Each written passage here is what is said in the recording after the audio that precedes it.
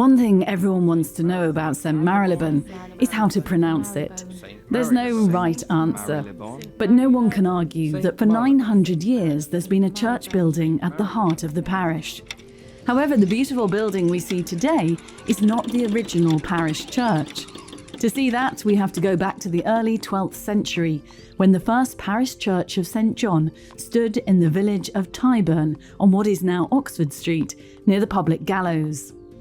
By 1400, thieves and vandals had almost destroyed St John's, so a new parish church was built on what is now Marylebone High Street.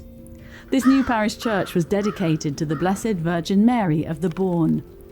The infamous Tyburn had begun its transformation to fashionable St Marylebone, and very quickly people started calling the village St Marylebone.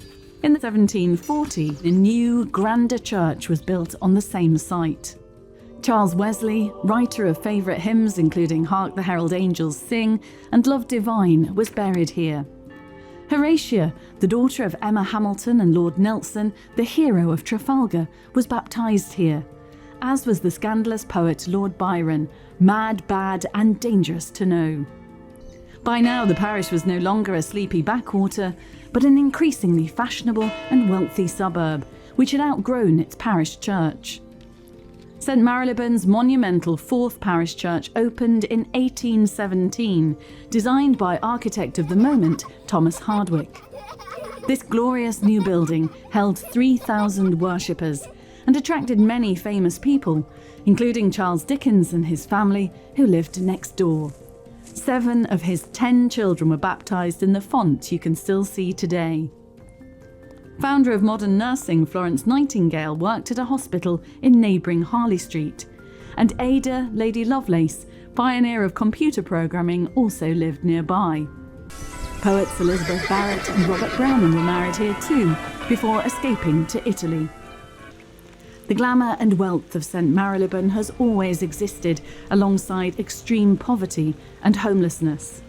Social campaigners such as Octavia Hill, later co-founder of the National Trust, worked to improve the living conditions of the poor.